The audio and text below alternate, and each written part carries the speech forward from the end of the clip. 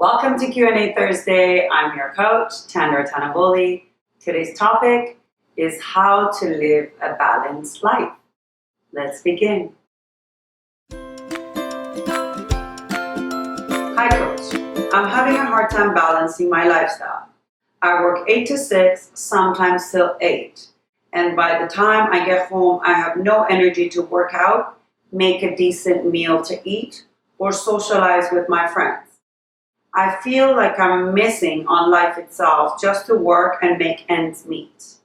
I've tried almost everything and hoping you'll have a solution for me that does work to help me add more balance to my life. Thanks. First of all, thank you so much for writing in. That's a great question. What we need to keep in mind here is that we have turned into a society of achievement hunters. We go after achieving stuff constantly. If not doing something today, we feel bad about it. We feel guilty about not being productive. We feel like we're falling behind from the crowd.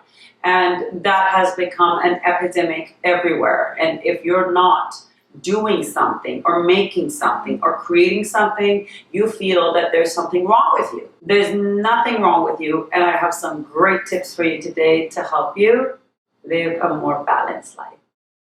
Let's get started. Number 1, prioritize yourself.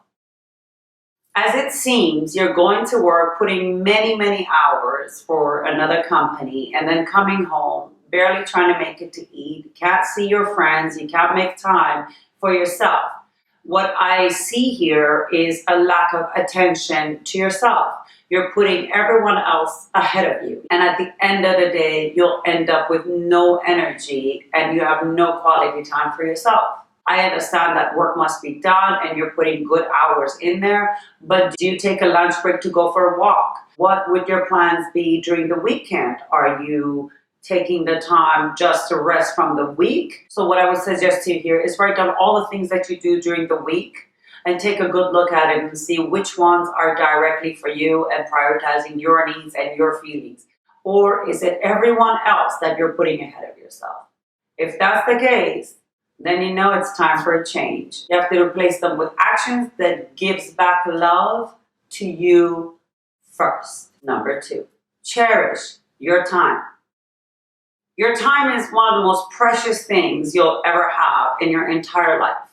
This minute, this moment, once it goes by, you cannot take it back. So once it's gone, it's gone. And whatever you choose to do with this time is a reflection of how much you love yourself and how much love you're giving to others. Or in your case right now, over giving to everything and everyone else around you but you. When imbalance happens in our lives, it's only telling us one thing and one thing only, that it's time for change, that things are not helping us, they're not serving us, and it's time that we look at our patterns and what we're doing and what we need to change to help give ourselves a better quality of life. Times like these, it's only an awareness towards ourselves. How much are we giving and how much are we receiving? If you're giving way more than you're receiving, you're imbalanced. If you're receiving more than you're giving, you're in an imbalanced place. You have to receive as much as you give. And if you're not receiving right now, it's because you have not created that space for allowing it to come in. So do just that. Make room and make time for yourself. Number 3, is it you or is it me? I believe it's time to check in with yourself. Ask yourself, when I started with this company, what were my dreams? What were my aspirations? Why did I do this? What were my passions? Is this something that I was hoping that I would do? Is this something that I dreamt of doing?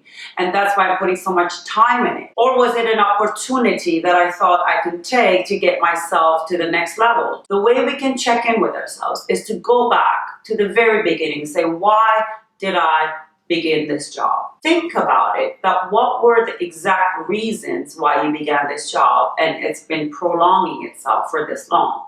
And it's time for a change. Change doesn't necessarily mean that you have to go quit the job. You might be another position in the company. It might be time for a raise. It might be time to speak to your boss and you're not feeling appreciated and you're putting so much time in and you feel like you don't matter there.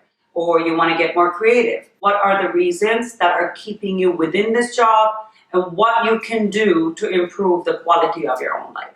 So check in with yourself. Number 4, take the heavy load off. The amount of pressure you're putting on yourself that you're in the wrong job maybe, or you're putting too many hours, or you don't get time to spend with your friends. To lighten that up, you have to keep focusing on all the things that you do have and how you can go improving things around you for the better that would work for you. So when I say take the heaviness off, is to embrace the ordinary. We always think that we have to achieve something, produce something, create something, go get something. Otherwise, we're not good. If we're doing something ordinary, like reading a book or grabbing a cup of coffee and just sitting there doing nothing or watching a little TV, we think we're wasting our lives, and that's very wrong.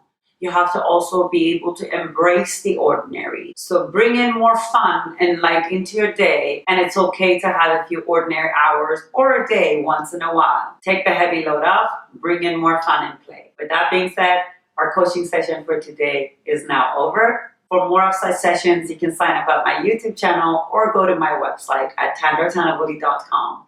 And you'll see a few more of these coaching sessions right there. You can also sign up for the newsletter, and it will be delivered to your email once a week. I can't wait to see you all next week. Until then, be happy.